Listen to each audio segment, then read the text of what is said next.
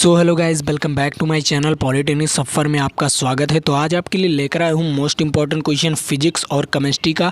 इस वीडियो में आपको फिजिक्स और केमिस्ट्री का मिक्सिंग क्वेश्चन मिलेगा और आपके लिए मोस्ट इंपॉर्टेंट होगा और वीवीआईपी क्वेश्चन होगा और सुपर बैच का सुपर क्वेश्चन होगा। और मैं आपको बता दूँ क्यों ये इंपॉर्टेंट क्यों क्वेश्चन है, क्योंकि मैंने भी 2023 में पॉलिटेक्निक दिया था, पॉलिटेक्निक का एग्ज़ाम, जिसमें मेरा रैंक 18 आया था और मैं यूपी पॉलिटेक्निक का सबसे नंबर 1 कॉलेज जीपीएल में पढ़ रहा हूँ, गवर्नमेंट पॉलिटेक्निक लखनऊ। तो अगर आप भी लोग ऐसे ही टॉप के कॉलेज में पढ़ना चाहते हैं तो हमारे नोट्स के क्वेश्चन आप लोग पढ़ सकते हैं।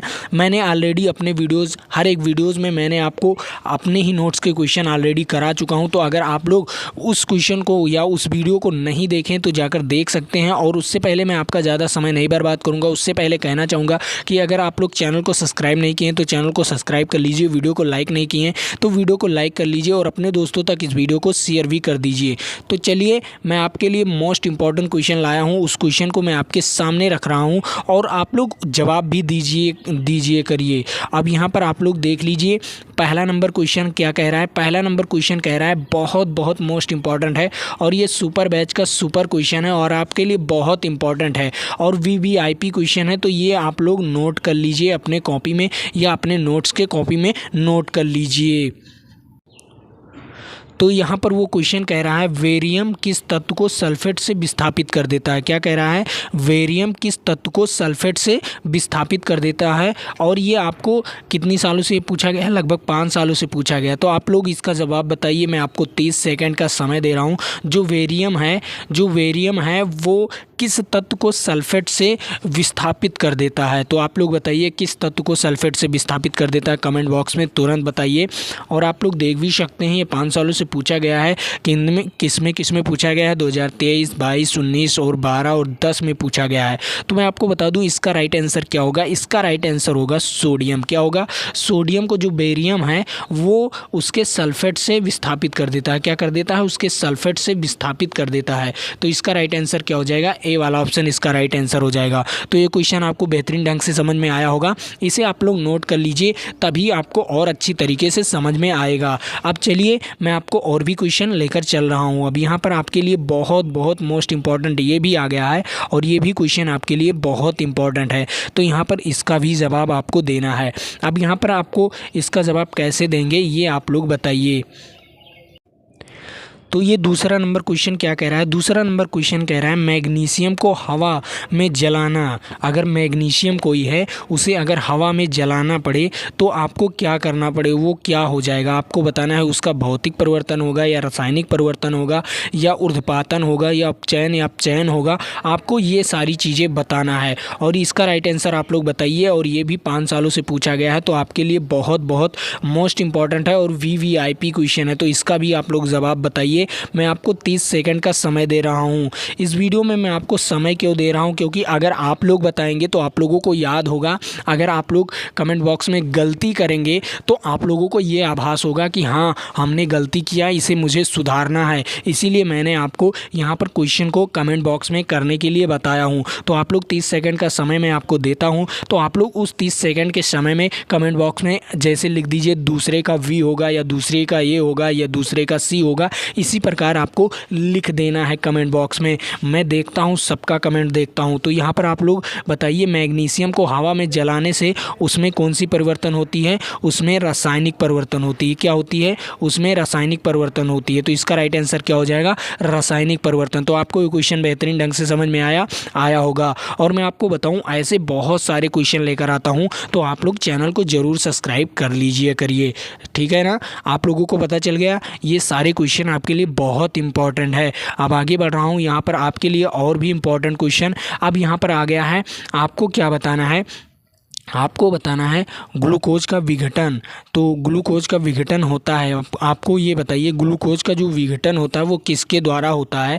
और आपको यहाँ पर देख लीजिए, ये भी आपके लगभग 5 सालों से पूछा गया है। ये लगातार 500 सालों से पूछा जा रहा है, 2023, 22, 20, 19, 18। और ये तो आपके लिए सुपर है, एकदम वेरी सुपर है। ये तो आपके लिए वेरी सुपर है और वेरी इंपॉर्टेंट क्वेश्चन है। तो ये आप लोग नोट कर लीजिए। तो यहाँ पर कह रहा है है कि जो ग्लूकोज होता है, ग्लूकोज का विघटन कैसे होता है। तो मैं आपको बता दूं, इसमें आपको 30 सेकंड का समय तो दे रहा हूं, उससे पहले आप लोग कमेंट बॉक्स में बताइए कि कैसा इसका विघटन कैसा होता है। तो पहला ऑप्शन क्या कह रहा है, पहला ऑप्शन आपको कह रहा है कि ऊष्मा शोषी द्वारा होता है या ऊष्मा छेपी। दूसरा ऑप्शन कह रहा है ऊष्मा छेपी द्वारा या विस्थापन अपक्रिया द्वारा या आपका अपचयन अपचय अभिक्रिया द्वारा। क्या? अपचय अपचय अपक्रिया द्वारा। तो आपको इसका राइट आंसर बताना है। तो आप लोग कमेंट बॉक्स में बताइए इसका राइट आंसर क्या होगा, तुरंत बताइए ताकि मैं आपको बता सकूं कि इसका राइट आंसर क्या होता है।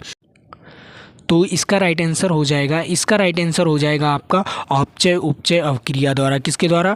अपचय उपचय अवक्रिया द्वारा। तो इसका राइट आंसर क्या हो जाएगा? इसका राइट आंसर डी वाला ऑप्शन हो जाएगा। तो आपको ये समझ में आया, बहुत अच्छी तरीके से समझ में आ गया होगा और आप लोग बेहतरीन ढंग से इसे पढ़ लीजिए और अच्छी तरीके से इसे याद कर लीजिए और अपने कॉपी में इसे नोट भी कर लीजिए। तो आपको इतना तो बेहतरीन ढंग से समझ में आ गया। चलिए मैं अगले नंबर क्वेश्चन पर चल रहा हूँ। मैं आपको समझाने के लिए समय दे रहा हूँ और आप लोग जब समझ जाएंगे तो वहाँ पर लगभग इसके कितने सेकंड, आप लोग 20 सेकंड या 30 सेकंड इतना ही लेंगे और वहाँ पर अच्छी तरीके से लगाकर चले आएंगे।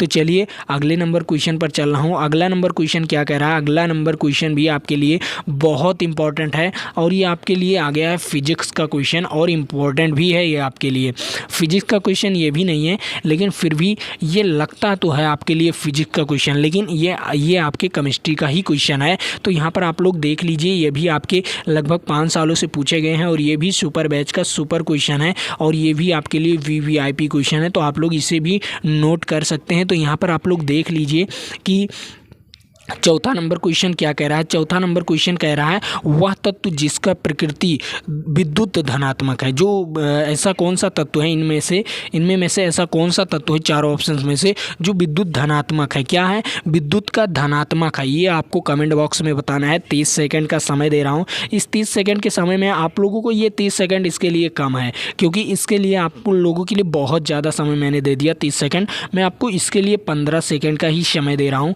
तो आप लोग इसको कमेंट बॉक्स में बताइए कि इसका राइट आंसर क्या हो जाएगा। तो चौथे नंबर क्वेश्चन का राइट आंसर मैं आपको बता रहा हूँ। कह रहा है ये वह तत्व जिसकी प्रकृति धनात्मक है, विद्युत धनात्मक है। तो मैं आपको बता दूं, जो बोरान है, क्या है? जो बोरान है वो विद्युत धनात्मक प्रकृति का होता है। क्या होता है? विद्युत धनात्मक प्रकृति का होता है। तो इसका राइट आंसर क्या हो जाएगा? इसका राइट आंसर आपका सी वाला ऑप्शन हो जाएगा। तो आपको ये क्वेश्चन कैसा लगा? बेहतरीन लगा होगा और ऐसे ही क्वेश्चन के लिए आप लोग चैनल को सब्सक्राइब कर लीजिए और वीडियो को लाइक भी कर लीजिए। और मैं आपको बता दूं, ये सारे क्वेश्चन आपके लिए इंपॉर्टेंट है और अगर इस पीडीएफ को डाउनलोड करना चाहते हैं तो हमारे व्हाट्सएप ग्रुप को ज्वाइन कर सकते हैं। नीचे डिस्क्रिप्शन बॉक्स में लिंक दिया हुआ है, तो जाकर वहां से व्हाट्सएप ग्रुप को ज्वाइन कर लीजिए और इस व्हाट्सएप को मतलब इस पीडीएफ को आप लोग डाउनलोड करके पढ़ सकते हैं। तो चलिए अगले नंबर क्वेश्चन पर चल रहा हूँ। अब यहाँ पर आपके लिए आ गया है बहुत मोस्ट इम्पॉर्टेंट क्वेश्चन। तो ये तो आपके लिए मोस्ट इम्पॉर्टेंट है, लेकिन इसे बच्चे भी बता सकते हैं क्योंकि ये आप लोग बहुत बेहतरीन ढंग से पढ़ सकते हैं। अब बताइए, जो आपका ये कह रहा है, ये 5वां नंबर क्वेश्चन कह रहा है, ये भी आपके लिए इम्पॉर्टेंट है। तो यहाँ पर ये लगभग 5 सालों से ये भी पूछा गया है। अब यहाँ पर आप लोग देख लीजिए 5वां नंबर क्वेश्चन क्या कह रहा है। 5वां नंबर क्वेश्चन कह रहा है चंद्रमा के धरातल से देखने पर आकाश का रंग कैसा दिखाई देता है। जो चंद्रमा के धरातल से देखने पर आकाश का रंग कैसा दिखाई दे रहा है, ये आप लोगों को कमेंट बॉक्स में बताना है। आप लोग कमेंट बॉक्स में बताइए कि आकाश का रंग कैसा दिखाई देता है चंद्रमा से देखने पर।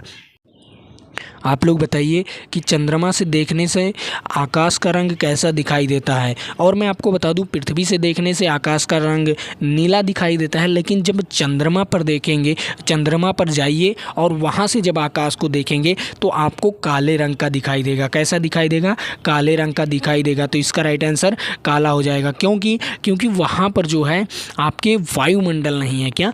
वायुमंडल नहीं है, इसीलिए आपका जो ये है काला दिखाई देगा। क्या दिखाई देगा? अंतरिक्ष हो जाता है वो, इसीलिए वहाँ पर वो काला दिखाई देता है। तो इसका राइट आंसर क्या हो जाएगा? इसका राइट आंसर आपका डी वाला ऑप्शन हो जाएगा। तो आपको ये क्वेश्चन समझ में आया, बेहतरीन ढंग से समझ में आया होगा और अच्छी तरीके से समझ में आया होगा। चलिए इस क्वेश्चन को नोट कर लीजिए, अगले क्वेश्चन पर मैं लेकर आपको चल रहा हूँ। अब यहाँ पर आपके लिए आ गया है 6वां नंबर क्वेश्चन और 6वां नंबर क्वेश्चन भी आपके लिए इंपॉर्टेंट है और ये सुपर बैच का सुपर क्वेश्चन है। तो आप लोग इसे भी नोट कर लीजिए और ये भी आपके लिए वीवीआईपी वीवीआईपी क्वेश्चन है, तो इसे भी आप लोग नोट करके स्टडी कर सकते हैं।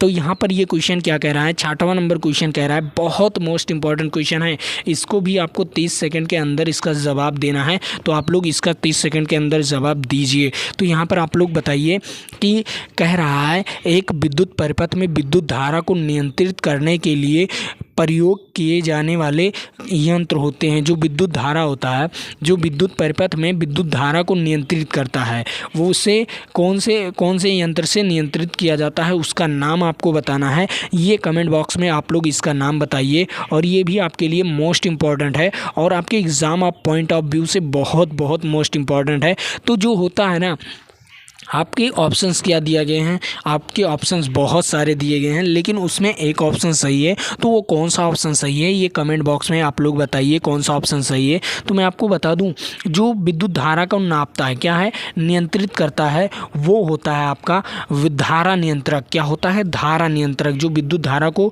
नियंत्रित करेगा वो क्या होगा, आपका धारा नियंत्रक। तो इसका राइट आंसर क्या हो जाएगा, इसका राइट आंसर सी वाला ऑप्शन हो जाएगा। और जो विद्युत वोल्ट को नापता है, मतलब वोल्ट को नापता है, वो आपका वोल्ट मीटर हो जाता है। क्या हो जाता है, वोल्ट मीटर हो जाता है। और जो आपका धारा नापता है वो धारा नियंत्रक हो जाता है। आपको इतना पता चल गया, अच्छी तरीके से समझ में आ गया। बहुत सारे इंपॉर्टेंट क्वेश्चन मैं आपके लिए ऑलरेडी करा चुका हूँ, तो आप लोग वहाँ से सारे वीडियोज़ को देख सकते हैं। प्ले लिस्ट बन चुकी है, तो प्ले लिस्ट से आप लोग जाकर सारे वीडियोज़ को देख सकते हैं। तो चलिए अगले नंबर क्वेश्चन पर चल रहा हूँ। अगला नंबर क्वेश्चन भी आपके लिए बहुत मोस्ट इंपॉर्टेंट है। तो यहाँ पर आ गया है आपके लिए बहुत इंपॉर्टेंट क्वेश्चन, और ये सुपर बैच का सुपर क्वेश्चन है, और ये आपके लिए बहुत इंपॉर्टेंट है। तो आप लोग बताइए, मानव नेत्र में प्रवेश करने वाले प्रकाश की मात्रा द्वारा नियंत्रित किया जाता है, किसके द्वारा नियंत्रित किया जाता है, ये आप लोग बताइए। जो प्रकाश की मात्रा होती है वो किसके द्वारा नियंत्रित किया जाता है, ये आप लोगों को बताना है। तो आप लोग बताइए कि इसका राइट आंसर क्या हो जाएगा। इसका राइट आंसर क्या हो जाएगा, सातवें का राइट आंसर क्या हो जाएगा, आप लोगों को बताना है इसका राइट आंसर क्या हो जाता है। बताइए आप लोग इसका राइट आंसर। इसे मैंने एक वीडियोज़ में करा चुका हूँ ऑलरेडी, तो उस वीडियो को अगर नहीं देखें तो जाकर देख लीजिए। और इसे मैं आपको होमवर्क दे रहा हूँ, आप लोग कमेंट बॉक्स में इसे बताएंगे। वीडियो के समाप्त होने के बाद या वीडियो को आप देख रहे हैं तो आप लोग तुरंत बताइए। इसे मैं आपको होमवर्क दे रहा हूँ, आप लोग ही बताएंगे इसका राइट आंसर क्या हो जाएगा। और ये सुपर बैच का सुपर क्वेश्चन है, आप लोग चाहे जहाँ से ढूंढ कर बताइए, लेकिन बताइए, क्योंकि अगर आप लोग मेहनत करेंगे तभी आपको कॉलेज मिलने वाला है। तो आप लोग हमारे साथ मेहनत कर सकते हैं, तो आप लोग जाकर मेहनत कीजिए और अच्छी तरीके से इसका आंसर बताइए। तो चलिए मैं अगले नंबर क्वेश्चन पर चल रहा हूँ, इसे मैं आपको होमवर्क दे रहा हूँ। अब यहाँ पर आपका आ गया है, ये क्वेश्चन आपके लिए बहुत इंपॉर्टेंट है। तो यहाँ पर आपके लिए आ गया है, ये भी आपके लिए इंपॉर्टेंट है। तो यहाँ पर कह रहा है पाचन में मदद करने वाले अम्ल होते हैं। जो पाचन में मदद करते हैं वो कौन से अम्ल होते हैं, ये आपको बताना है। तो पाचन में आपके पेट में कौन सा अम्ल होता है, ये आप लोग कमेंट बॉक्स में बताइए। आपके पेट में कौन सा अम्ल होता है, कमेंट बॉक्स में बताइए। HCl होता है। क्या होता है, HCl हाइड्रोक्लोरिक अम्ल। क्या होता है, हाइड्रोक्लोरिक अम्ल। तो आपके पेट में जब हाइड्रोक्लोरिक अम्ल ही पाया जाता है तो पाचन में मदद कौन सा अम्ल करेगा, आपके हाइड्रोक्लोरिक अम्ल ही तो करेगा। तो इसका राइट आंसर क्या हो जाएगा आपका, इसका राइट आंसर हो जाएगा हाइड्रोक्लोरिक अम्ल। वी वाला ऑप्शन इसका राइट आंसर हो जाएगा। तो आपको कोई दिक्कत नहीं होने वाली है, क्योंकि ये आपके लिए मोस्ट इंपॉर्टेंट क्वेश्चन है। तो आप लोग इसे नोट कर लीजिए और अच्छी तरीके से नोट कर लीजिए। और आपके जो पाचन क्रिया करती है ना, वो आपके हाइड्रोक्लोरिक अम्ल ही करती है। तो चलिए अगले नंबर क्वेश्चन पर चल रहा हूँ। अगला नंबर क्वेश्चन भी आपके लिए इंपॉर्टेंट है। अब ये भी क्वेश्चन आपके लिए बहुत मोस्ट इंपॉर्टेंट हो गया है। इसे मैंने आपको ऑलरेडी करा चुका हूँ, तो अगर ऑलरेडी नहीं करा दिया हूँ, लेकिन इस प्रकार के क्वेश्चन को मैंने करा दिया है। इस प्रकार के क्वेश्चन को मैंने ऑलरेडी बहुत सारे क्वेश्चन करा दिया हूँ। इसी प्रकार के क्वेश्चन, इसी सूत्र पर मैंने बहुत सारे क्वेश्चन करा दिए हैं। तो आप लोग अगर वीडियोस को देखते हैं तो आप लोग इसका राइट आंसर बता सकते हैं। और ये आपके लिए सुपर बैच का सुपर क्वेश्चन है, तो आप लोग इसे भी नोट कर लीजिए अपने कॉपी में। तो चलिए आप लोग इसे भी अपने कॉपी में नोट कर लीजिए, सुपर बैच का सुपर क्वेश्चन। और ये भी आपके लिए VVIP क्वेश्चन है। तो ये क्या कह रहा है, 9 नंबर क्वेश्चन कह रहा है किसी पिंड का द्रव्यमान दुगना कर दिया जाए, क्या उसका द्रव्यमान दुगना कर दिया जाए और वेग क्या कर दिया जाए, आधा कर दिया जाए, तो उसकी गतिज ऊर्जा क्या हो जाएगी। तो आपको गतिज ऊर्जा का पहला नंबर फार्मूला याद होना चाहिए। क्या करना चाहिए, पहला नंबर आपको गतिज ऊर्जा का फार्मूला याद होना चाहिए। तो गतिज ऊर्जा का फार्मूला होता है हाफ mv²। क्या होता है, हाफ mv²। ये आपके गतिज ऊर्जा का फार्मूला होता है। तो आप लोग इसे क्या करना है, इसी पर आपको क्या कर देना है, द्रव्यमान को दुगना करके रख देना है। क्या करना है, द्रव्यमान को दुगना करेंगे तो 2m हो जाएगा और वेग को क्या करना है, आधा कर देना है। क्या करना है, वेग को आधा कर देना है। तो चलिए मैं आपको वेग को आधा करके दिखा दे रहा हूँ। v/2 कर देंगे और इसका स्क्वायर कर देंगे तो गतिज ऊर्जा होगी वो कितनी हो जाएगी, ये मैं आपको बताना है। तो यहाँ पर क्या हो जाएगा, हाफ, यहाँ पर हो जाएगा 2m और यहाँ पर हो जाएगा v²/4 हो जाएगा। तो यहाँ से 2 से 2 कैंसिल हो जाएगा। तो आप ये देखिए, हम इसे लिख सकते हैं 1/2 कॉमन ले लीजिए और जैसे ही 1/2 कॉमन लेंगे तो हाफ mv² बच जाएगा। क्या हो जाएगा, हाफ mv²। और हाफ mv² को हम क्या कहेंगे, गतिज ऊर्जा कहेंगे। लेकिन यहाँ पर एक और आ गया है हाफ, क्या हो गया, 1/2 एक और आ गया है और ये गतिज ऊर्जा का फार्मूला है। तो इसे गतिज ऊर्जा g से लिख दीजिए। चलिए गतिज ऊर्जा मान लीजिए g है, तो यहाँ पर g से वैसे तो w से लिखा जाता है, यहाँ पर w ही मान लीजिए। गतिज ऊर्जा को w से लिखा जाता है तो यहाँ पर क्या हो गया, आधा हो जाएगा। क्या हो जाएगा आपका गतिज ऊर्जा आपका आधा हो जाएगा। तो आपको ये क्वेश्चन कैसा लगा आपको बताना है। इसका राइट आंसर आप लोग बताइए कि गतिज ऊर्जा कितनी हो जाएगी। इसकी गतिज ऊर्जा कितनी हो जाएगी, आधी हो जाएगी। ऐसे ही आपको लगाकर दिखाना रहेगा, वहाँ पर दिखाना नहीं रहेगा, वहाँ पर आपको रफ कार्य मिलेगा, आपको रफ का पन्ना मिलेगा, वहाँ पर लगाकर आपको इसका राइट आंसर बता देना रहेगा। तो इतना तो आपको समझ में आ गया कि इसका गतिज ऊर्जा कितना हो जाएगा, इसका गतिज ऊर्जा क्या हो जाएगा, आधा हो जाएगा। आधा हो जाएगा ना, आपको समझ में आया। और इसी फार्मूले पर अगर आपको क्वेश्चन दे देता तो आप लोग लगा लेते ना, यही वाला फार्मूला लगाते, हाफ mv², इसी पर आपका आ जाता और इसका मात्रा क्या हो जाता, जूल हो जाता। इतना आपको समझ में आना चाहिए। तो इसका राइट आंसर क्या हो जाएगा, इसका राइट आंसर ए वाला ऑप्शन हो जाएगा। चलिए अगले नंबर क्वेश्चन पर चल रहा हूँ और ये आप लोग जानिए कि ये वीवीआईपी क्वेश्चन है, तो आप लोग इसे नोट कर सकते हैं अपने कॉपी में। तो चलिए अगले नंबर क्वेश्चन पर चल रहा हूँ। अगला नंबर क्वेश्चन आपके लिए बहुत मोस्ट इंपॉर्टेंट वो भी है और ये भी आपके लिए बहुत मोस्ट इंपॉर्टेंट है। तो यहाँ पर आप लोग देख लीजिए, विद्युत सेल का स्रोत, जो विद्युत सेल है उसका स्रोत क्या होता है ये आपको बताना है। और ये भी 5 सालों से पूछा गया है और ये भी लगातार 5 सालों से पूछा गया है। तो ये भी सुपर बैच का सुपर क्वेश्चन है। तो विद्युत सेल का स्रोत जो होता है, जो विद्युत सेल का स्रोत होता है वो किसके कारण होता है ये आपको बताना है। यहाँ पर आपको 4 ऑप्शंस दिए गए हैं। क्या दिए गए हैं, 4 ऑप्शंस दिए गए हैं। तो विद्युत सेल का स्रोत क्या होता है, यहाँ पर कह रहा है विद्युत धारा का या विद्युत आवेश का, इलेक्ट्रॉन का या विद्युत ऊर्जा का, ये आपको बताना है। जो विद्युत सेल होते हैं वो किसके स्रोत होते हैं, तो आप लोग बताइए। इसका राइट आंसर आप लोग बताइए। मैं 30 सेकंड का समय दे रहा हूँ। क्या मैं आपको 30 सेकंड का समय दे रहा हूँ, इससे आपको राइट आंसर बताना है। तो मैं आपको बता दूँ, ऐसे क्वेश्चन आपके लिए बहुत इंपॉर्टेंट होते हैं। तो ये आप लोग कमेंट बॉक्स में बताइए कि इसका राइट आंसर क्या हो जाएगा।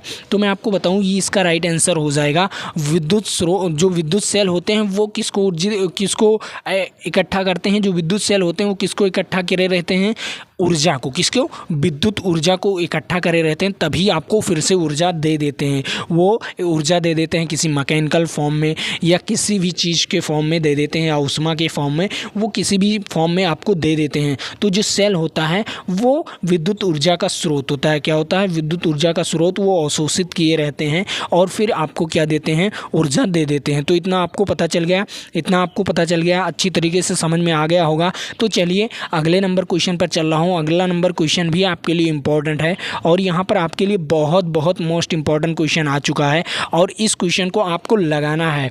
और ये आपके डायोप्टर दिए गए हैं, मतलब फोकस दूरी इतना क्या, 10 सेंटीमीटर फोकस दूरी का उत्तल लेंस की क्षमता आपको बताना है। लेंस है तो आपको पहला नंबर पता होना चाहिए इसकी फोकस दूरी प्लस में होगी या फोकस दूरी माइनस में होगी। ये चीज़ पता हो जाएगा तब आप लोग फार्मूला लगाएंगे, तब आपका आंसर आएगा। अगर आप लोगों को फोकस दूरी प्लस में हो या माइनस में हो, आपको पता ही नहीं रहेगा तो आप लोग बता नहीं पाएंगे कि ये उत्तल लेंस है या इसका सूत्र होगा, क्योंकि इसमें आप लोग देख सकते हैं माइनस में भी दिया गया है और प्लस में भी आंसर दिया गया है, तो आप भटक जाएंगे। तो आपको पहला नंबर पता होना चाहिए जो लेंस होते हैं उसमें किसका फोकस दूरी प्लस में होता है और किसका फोकस दूरी माइनस में होता है। ये सारी चीज़ें आपको पहले मैं आपको टॉपिक बताता हूँ कहाँ पर बच्चे गलती करते हैं, कहाँ पर आप लोग गलती करोगे, वो गलती आप लोग ना करें, क्योंकि मैं आपको इतना ध्यान से बताऊँगा कि आप लोग वो गलती ना करें। और ये भी आपके लिए सुपर बैच का सुपर क्वेश्चन है, तो आप लोग इसे भी नोट कर सकते हैं। तो चलिए पहला नंबर मैं आपको बता दूं, जो लेंस बनता है, जो उत्तल लेंस बनता है वो आपका कुछ इस प्रकार का लेंस बनता है। कुछ क्या इस प्रकार का लेंस बनता है। तो आप लोग इस प्रकार का लेंस बने और इस प्रकार से क्या आते हैं, आपके प्रकाश आते हैं। क्या आते हैं, प्रकाश आते हैं। तो जो प्रकाश आता है वो किस पर बनता है, ये जो मुख्य फोकस होते हैं, मुख्य फोकस की लाइन होती है वो इस प्रकार बनती हैं। तो जो फोकस बनेगा वो इस प्रकार बनेगा, आपके या इस तरफ राइट हैंड साइड पर बनेगा और लेफ्ट हैंड साइड पर बनेगा। क्या बनेगा, आप देखिए कि राइट हैंड साइड पर आपका बनेगा तो आपका फोकस दूरी क्या होगा, प्लस में होगा। और अगर आपके लेफ्ट हैंड साइड के तरफ बनेगा तो आपकी फोकस दूरी क्या होगी, माइनस में होगी। आप लोग इतना समझ में आया। जो राइट हैंड साइड होगा वो आपकी फोकस दूरी क्या होगी, प्लस में होगी, और जो लेफ्ट हैंड साइड होगा वो आपकी फोकस दूरी क्या होगी, माइनस में होगी। तो आप यहाँ पर देख सकते हैं कि जो आपका उत्तल लेंस है, उत्तल लेंस क्या बनाता है, राइट हैंड साइड की तरफ बनाता है। तो आपकी क्या होगी, फोकस दूरी क्या होगी, प्लस में होगी। क्या होगी, फोकस दूरी प्लस में होगी। लेकिन जो आपका अवतल लेंस, इसे भी जानना जरूरी है। चलिए इसे भी मैं आपको बता देता हूँ। जो आपका अवतल लेंस है वहाँ यहाँ से तो आपकी समांतर प्रकाश कुंज तो आती हैं, ये भी चली जाती हैं डॉटेज लाइन पर, और यहाँ तक आने के बाद आपसे यहाँ पर एक ऐसे रेखा होती है, एक रेखा होती है, उससे आकर यहाँ पर जाती है और इस प्रकार मुड़ जाती है। क्या करती है, इस प्रकार कुछ मुड़ जाती है। और जब इस प्रकार मुड़ जाएगी, आप लोग यहाँ पर ध्यान से देखिए, पहला नंबर आपको ध्यान से समझना है। ये आपका हो गया अवतल लेंस हो गया, और यहाँ से एक डॉटेड लाइन होता है। क्या होता है, डॉटेड लाइन होता है। और यहाँ से जब प्रकाश कुंज आती है और ये मुख्य फोकस होता है, फिर से यहाँ पर प्रकाश कुंज आती है, तो यहाँ तक जाती है और फिर ये मुड़ जाती है। क्या करती है, ये मुड़ जाती है। तो ये डॉटेड लाइन पीछे की ओर बनाती है। जो फोकस दूरी आपका होगा वो क्या होगा, पीछे की ओर बनाएगी। ये भी मुड़ जाएगी इस प्रकार, तो ये भी फोकस दूरी क्या बनाएगा, पीछे की ओर। तो यहाँ पर एल होगा और यहाँ पर राइट, ये राइट हैंड साइड होगा, ये लेफ्ट हैंड साइड होगा। तो जो लेफ्ट हैंड साइड पर बनेगा फोकस दूरी वो क्या होगा, माइनस में होगा। इसका मतलब अवतल दर्पण में क्या होगा, अवतल लेंस में आपका क्या होगा, फोकस दूरी माइनस में होगा। आपको इतना समझ में आया। इसे समझाने में मैंने आपको 2 मिनट या 3 मिनट ज़्यादा ले लिया, लेकिन आपको समझ में तो आ गया होगा। आप देख लीजिए अब लगाना क्या है, आपको पता चल गया। अगर उत्तल लेंस दिया गया है तो आपकी फोकस दूरी प्लस में होगी, तो आपको सीधा फार्मूला लगा देना है। लेकिन सेंटीमीटर दिया गया है तो आपको सेंटीमीटर वाला फार्मूला लगा देना है। तो P बराबर क्या होगा, 100/, क्या हो जाएगा, F हो जाएगा। क्या हो जाएगा, 100/F हो जाएगा। तो यहाँ पर 100 हो जाएगा और यहाँ पर 10 आपकी फोकस दूरी दी गई है। सेंटीमीटर में होता है तो 100/, हो जाता है। अगर मीटर में होता तो 1/F हो जाता। तो यहाँ से 0 से 0 कैंसिल हो जाएगा। तो यहाँ पर क्या आ जाएगा, 10 डायोप्टर आ जाएगा। P बराबर क्या आ जाएगा, 10 डायोप्टर आ जाएगा। तो यहाँ पर इसका राइट आंसर क्या हो जाएगा, प्लस में आएगा। आपका बी वाला ऑप्शन आपका राइट आंसर हो जाएगा। एक क्वेश्चन को समझाने में मैंने आपको 3 से 4 मिनट ले लिया, लेकिन आपको जो समझ में आना चाहिए वो तो आपको समझ में आ गया होगा। तो इसका राइट आंसर क्या हो जाएगा, 10 डायोप्टर हो जाएगा। क्या हो जाएगा, 10 डायोप्टर। तो आपको इतना समझ में आया, अच्छी तरीके से ये क्वेश्चन समझ में आया होगा और बहुत बेहतरीन ढंग से ये क्वेश्चन समझ में आया होगा। तो चलिए अगले नंबर क्वेश्चन पर चल रहा हूँ। उससे पहले कहना चाहूँगा, अगर ऐसे क्वेश्चन आपको करने हैं तो चैनल को सब्सक्राइब कर लीजिए और वीडियो को लाइक कर लीजिए और अपने दोस्तों तक इस वीडियो को शेयर भी कर दीजिए, ताकि आपके दोस्त भी पढ़कर आपसे आपके टॉप के कॉलेज में एडमिशन ले सकें। तो टॉप के कॉलेज में अगर एडमिशन लेना है तो आप लोग पढ़ सकते हैं हमारे यूट्यूब चैनल से। तो चलिए अब मैं आपको और भी क्वेश्चन करा रहा हूँ। तो चलिए अगले नंबर क्वेश्चन पर चल रहा हूँ। यहाँ पर आ गया है अब अगला नंबर क्वेश्चन। अगला नंबर क्वेश्चन भी आपके लिए इम्पॉर्टेंट है और ये भी आपके लिए बहुत बहुत मोस्ट इम्पॉर्टेंट है। तो यहाँ पर कह रहा है सभी वास्तविक प्रतिबिंब, जो सभी वास्तविक प्रतिबिंब हैं वो कैसे बने होते हैं, ये आपको बताना है। और ये भी लगभग 5 सालों से पूछा गया है। तो सभी वास्तविक प्रतिबिंब कैसे बने होते हैं? पहला नंबर आपको बताना है, सीधे होते हैं या आपके उल्टे होते हैं, या पर्दे पर प्रतिबिंब होता है, या प्रतीत होता है, या पर्दे पर प्रतिबिंब बनता है उसका, या प्रतीत होता है, या इनमें से कोई नहीं। इन चारों ऑप्शंस में से कौन सा ऑप्शन सही है? मैं आपको 30 सेकंड का समय दे रहा हूँ। इस 30 सेकंड के समय में आप लोग लगा दीजिए और इसका राइट आंसर बताइए कि 12 का ए सही होगा, या बी सही होगा, या सी सही होगा, या डी सही होगा। आप लोग कमेंट बॉक्स में बताइए कि इसका राइट आंसर क्या हो सकता है। तो तुरंत बताइए आप लोग कमेंट बॉक्स में। और ये आप लोग देख सकते हैं सुपर बैच का सुपर क्वेश्चन है, तो आप लोग इसे वीवीआईपी क्वेश्चन के रूप में नोट भी कर सकते हैं। तो चलिए यहाँ पर इसका राइट आंसर हो जाएगा, जो वास्तविक प्रतिबिंब, जो सभी वास्तविक प्रतिबिंब होते हैं वो पर्दे पर प्रतीत होते हैं। क्या होते हैं? पर्दे पर प्रतीत होते हैं। तो इसका राइट आंसर क्या हो जाएगा?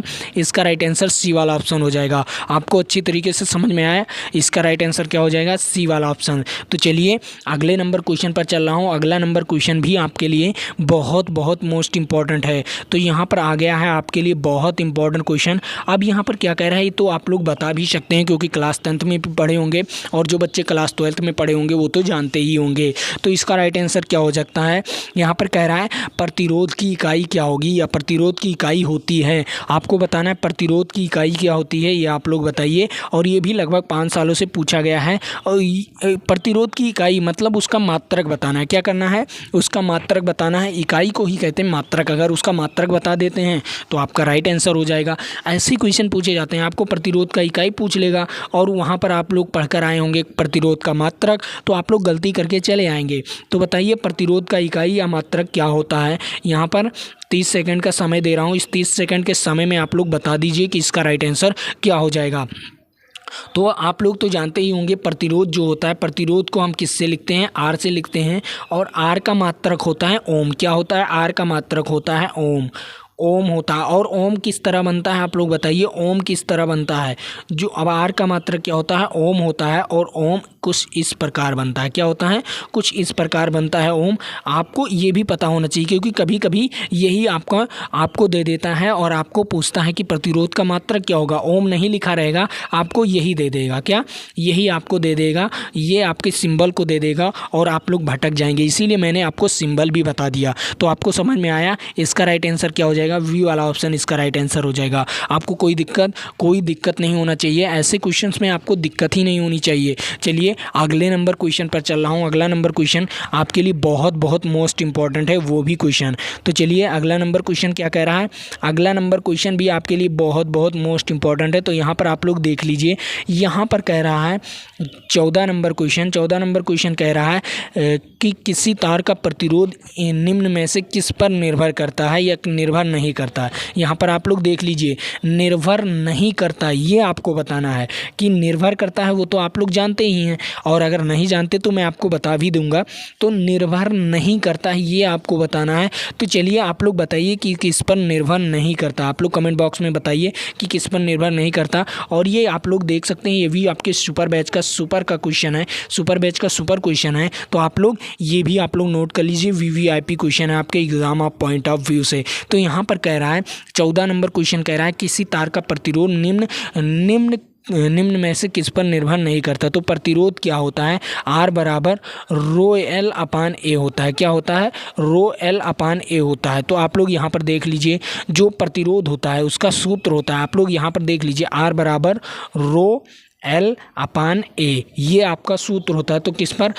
तार के लंबाई पर निर्भर करता है। एल तार की लंबाई है, और तार के अनुप्रस्थ काट के क्षेत्रफल पर भी निर्भर करता है, और तार के घनत्व पर भी निर्भर करता है। क्या करता है? घनत्व पर भी निर्भर करता है। तो तार की लंबाई, तार के ताप पर भी निर्भर करता है। अगर ताप ज़्यादा होगा तो आपके जो तार होंगे वो टूट जा सकते हैं। तो यहाँ पर आपके ये हो गए, इस पर निर्भर करता है, इस पर निर्भर करता है और इस पर निर्भर करता है। तो एक ही ऑप्शन बचता है जो आर्द्रता पर निर्भर नहीं करता। क्या होता है? आर्द्रता पर निर्भर नहीं करता। तो इसका राइट आंसर क्या हो जाएगा? डी डी वाला ऑप्शन इसका राइट आंसर हो जाएगा। आपको समझ में आया? आपको समझ में आ गया ना? अच्छी तरीके से ये क्वेश्चन समझ में आया? तो चलिए आप लोग ये फार्मूले का स्क्रीनशॉट ले लीजिए। क्या कर लीजिए? स्क्रीनशॉट ले लीजिए, क्योंकि इस पर भी आपके न्यूमेरिकल पूछे जाते हैं। क्या पूछे जाते हैं? न्यूमेरिकल पूछे जाते हैं। तो आप लोगों को ये पता चल गया, अच्छी तरीके से समझ में आया होगा और अच्छी तरीके से। और इसका मात्रक क्या होता है? इसका मात्रक होता है ओम मीटर। क्या होता है? ओम मीटर होता है। तो इसका मात्रक ओम मीटर आप लोग कर लीजिए। प्रतिरोधकता है। क्या है? ये प्रतिरोधकता है। रो जो है वो प्रतिरोधकता है, आपको समझ में आया होगा। और आर क्या है? प्रतिरोध है। ए क्षेत्रफल है और यल क्या है? लंबाई है। चलिए अगले नंबर क्वेश्चन पर चल रहा हूँ। अगला नंबर क्वेश्चन भी आपके लिए इम्पोर्टेंट है।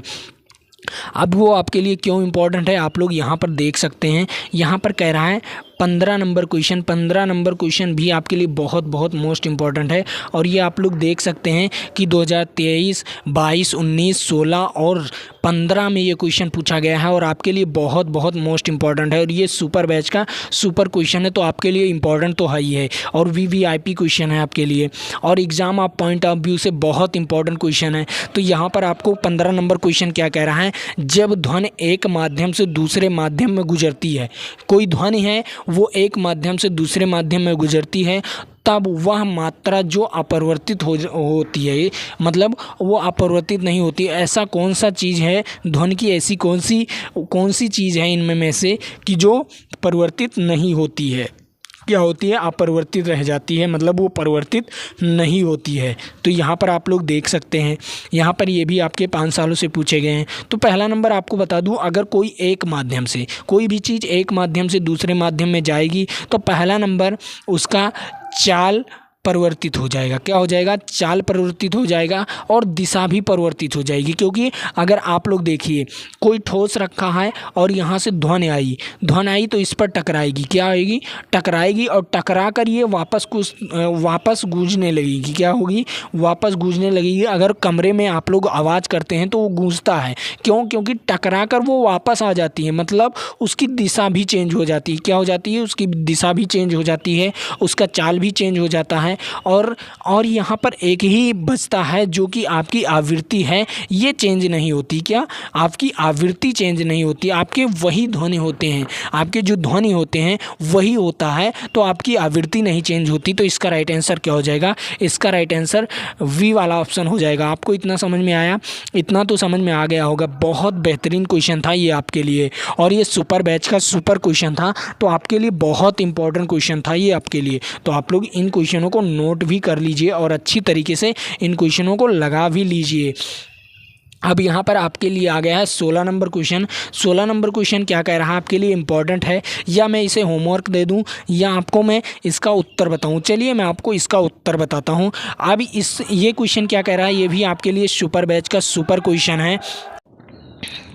तो ये भी आपके लिए सुपर बैच का सुपर क्वेश्चन है, तो आप लोग ये भी वीवीआईपी क्वेश्चन के लिए नोट कर लीजिए। अब यहाँ पर क्या कह रहा है? 16 नंबर क्वेश्चन कह रहा है एल्केन की अवक्रिया किस प्रकार की होती है। जो एल्केन होती है उसकी अवक्रिया किस प्रकार की होती है, ये आपको बताना है। और ये 5 सालों से पूछा गया है, तो आप लोग इसे भी नोट कर सकते हैं। अब बताइए, एल्केन जो होता है, एल्केन की जो अपक्रिया होती है वो विस्थापन अपक्रिया होती है। क्या होती है? विस्थापन अपक्रिया होती है। तो इसका राइट आंसर क्या हो जाएगा? इसका राइट आंसर वी वाला ऑप्शन हो जाएगा। तो आपको ये क्वेश्चन कैसा लगा? बेहतरीन लगा होगा। और ऐसे क्वेश्चन के लिए आप लोग चैनल को सब्सक्राइब कर लीजिए, वीडियो को लाइक कर लीजिए और अपने दोस्तों तक इस वीडियो को शेयर भी कर दीजिए, ताकि वो भी पढ़कर टॉप के कॉलेज में एडमिशन ले सकें। और मैं आपको बता दूं, अगर आप लोग इसका PDF डाउनलोड करना चाहते हैं तो हमारे व्हाट्सएप ग्रुप को ज्वाइन कर लीजिए। नीचे डिस्क्रिप्शन बॉक्स में लिंक दिया हुआ है, वहां से आप लोग व्हाट्सएप ग्रुप को ज्वाइन कर सकते हैं। और मैं आपको बता दूं, अगर जो बच्चे कहते हैं कि मॉक टेस्ट देना है, मॉक टेस्ट हमारे टेलीग्राम ग्रुप पर होता रहता है, तो आप लोग वहाँ पर टेलीग्राम भी ज्वाइन कर सकते हैं। वहाँ पर आप लोग मॉक टेस्ट डेली शाम 7 बजे, क्या डेली शाम 7 बजे आप लोग मॉक टेस्ट 100 से 150 क्वेश्चन वहाँ पर मिलता रहता है। तो आप लोग वहाँ पर जाकर डेली मॉक टेस्ट दीजिए और आपका रैंक बढ़ेगा। अगर आप लोग मॉक टेस्ट देते हैं तो आपकी प्रिपरेशन जो होगी वो अच्छे से हो जाएगी। तो चलिए वहाँ पर आप लोग मॉक टेस्ट भी दे सकते हैं। और मैं आपको बता दूँ, इतना फ्री में आपको कंटेंट दिया जा रहा है,